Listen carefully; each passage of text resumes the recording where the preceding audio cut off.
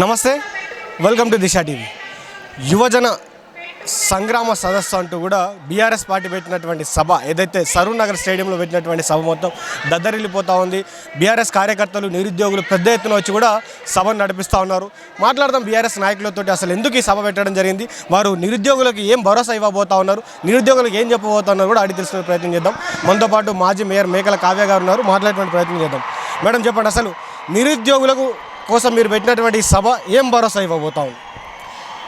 ఇది క్లియర్గా తెలియజేయచ్చు. ఈ మీటింగ్ని చూసుకున్నట్లే మీరు ఎంతోమంది యువత ఇవాళ మా బీఆర్ఎస్ పార్టీకి, కేటీఆర్కి సపోర్ట్గా వచ్చారు. అంటే వాళ్ళందరూ కూడా ఇచ్చిన ఏదైతే కాంగ్రెస్ గవర్నమెంట్ 420 హామీలు ఇచ్చింది, అలాగే 2 లక్షల ఉద్యోగాలు ఇస్తాలని చెప్పి ఇవాళ ఏవైతే మోసం చేసిందో వాటికి ఇవాళ వ్యతిరేకంగా ఇక్కడికి అందరూ కూడా మాకు బీఆర్ఎస్కి సపోర్ట్ చేయడానికి వచ్చారు.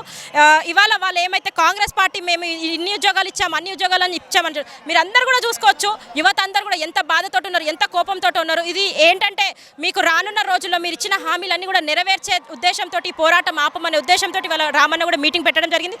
దానికి మద్దతుగా మేము జవహర్ నగర్ నుంచి కూడా పెద్ద ఎత్తున రావడం జరిగింది.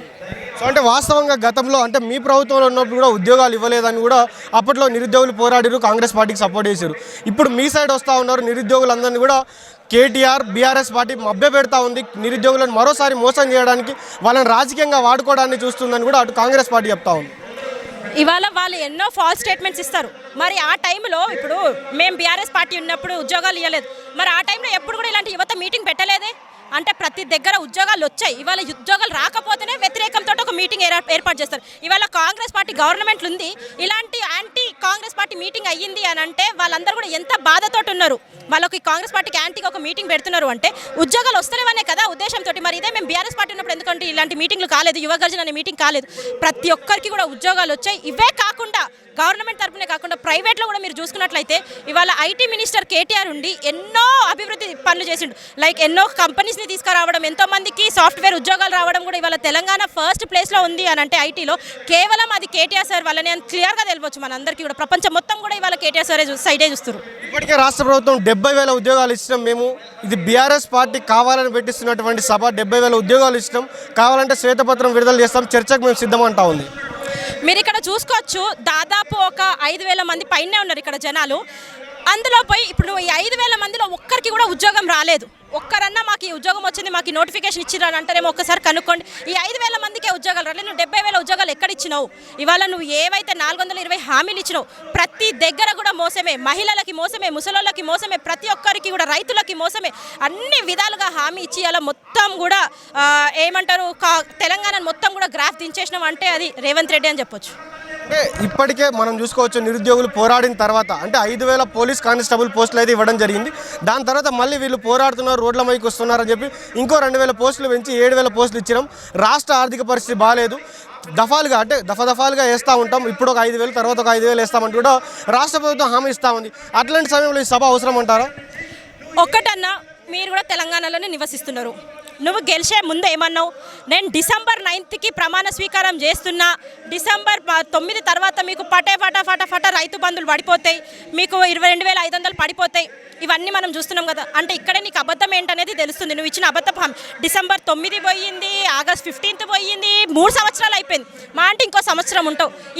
ఈ 3 సంవత్సరాలలో నువ్వు చేసింది ఏంటి? హైడ్రా, ముసలోళ్ళ మన రైతులందరిది కూడా చావు, ఆఖరికి ఎక్కడ వేసిన గొంగడ అక్కడే ఉంది. తెలంగాణ మొత్తం కూడా ప్రతి ఒక్కరు మహిళలకు ఇస్తా అన్నావు, ఫ్రీ బస్ పెట్టినావు, ఫ్రీ బస్ పెట్టి మహిళలందరూ కొట్టుకునేటట్టు చేసినావు. 10 బస్సుల కాడ 2 బస్సులు పెట్టినావు, అది కూడా తెలంగాణ ప్రజలందరూ కూడా గమనిస్తున్నారు. 10 బస్సులు రావాల్సిన 2 బస్సులు వస్తున్నాయి. సిలిండర్లు ఇస్తా అన్నావు, అది లేదు. ఎక్కడ ఏ హామీ కూడా నెరవేర్చలేదు. ఒకటే పని చేస్తున్నారు, వస్తున్నారు, ఫోటోలు దిగుతున్నారు, వెళ్ళిపోతున్నారు. ఇంతకు మించి మీరు చేసిన పని ఏం లేదు. ఇవాళ అన్ని పనులు చేసి ఉంటే ఇంత యువత ఎక్కడికి వెళ్ళి వస్తారన్నా? ఇంత యువత వస్తున్నారంటే అది వ్యతిరేకంతో కదా, కాంగ్రెస్ పైన ఉన్న వ్యతిరేకంతో ఇవాళ అందరూ కూడా రావడం జరిగింది. సో ఇంతకుముందు గతంలో ఒక 2-3 రోజుల క్రితం రేవంత్ రెడ్డి చేసినటువంటి కామెంట్స్ రైతులను ఉద్దేశించి కావచ్చు, నిరుద్యోగులను ఉద్దేశించి కావచ్చు, అసలు వర్షాలు పడట్లేవు, నీళ్లు లేవు, కాళేశ్వరం ద్వారా నీళ్ళు ఇవ్వట్లేరు అంటూ కూడా రైతులు ఆవేదన పడుతున్నటువంటి సమయంలో రక్తంతో నీళ్లు పోయండి, రక్తం పోస్తే పంటలు పండుతాయని చేసినటువంటి కామెంట్స్ ఎట్లా చూస్తారు? అసలు ఆయన అది నోరా ఇంకేమన్నా మూసి అభివృద్ధి చేస్తా అని అంటున్నాడు. కానీ ఆ నోరుకే దండం పెట్టాలి. ఇక నేనే క్లియర్గా చెప్తున్నాను, అది నోరు కాదు, అది మూసి అని అన్నట్టు క్లియర్గా అర్థమవుతుంది. ఒక రైతులను అనే మాటలే నావి. మీరు రక్తం చిందించండి పొలాలు పండుతాయి అనడం ఎంతవరకు కరెక్ట్? ఎండ్రిని తాగండి, రక్తం చిందించండి. నేను ఒక్కటే చెప్తున్నా, రైతులారా మీకు దండం పెడుతున్నా, యువత మీకు కూడా దండం పెడుతున్నా. కాంగ్రెస్ లీడర్లు వస్తే అడ్డుకోండి, తరిమి కొడితేనే వాళ్ళకి తెలిసి వస్తుంది. ఇవాళ పోయి వాళ్ళ సీఎం తోటి వాళ్ళ పైన లెవెల్ తోటి మాట్లాడతారు. రైతులని మాట్లాడడం తప్పు, తీవ్రంగా కూడా ఖండిస్తున్నాము. రైతులారా ఎక్కడోళ్ళు అక్కడ అడ్డుకుంటేనే వాళ్ళకి కరెక్ట్ అయిన గుణపాఠం తెలియజేస్తాము. సో చివరిగా మీరు రేవంత్ రెడ్డికి ఏం చెప్పదలుచుకున్నారు? ఈ సభ ద్వారా, ఈ సభలో వచ్చినటువంటి నిరుద్యోగుల తరపున మీరు రేవంత్ రెడ్డి గారికి ఏం చెప్పదలుచుకున్నారు?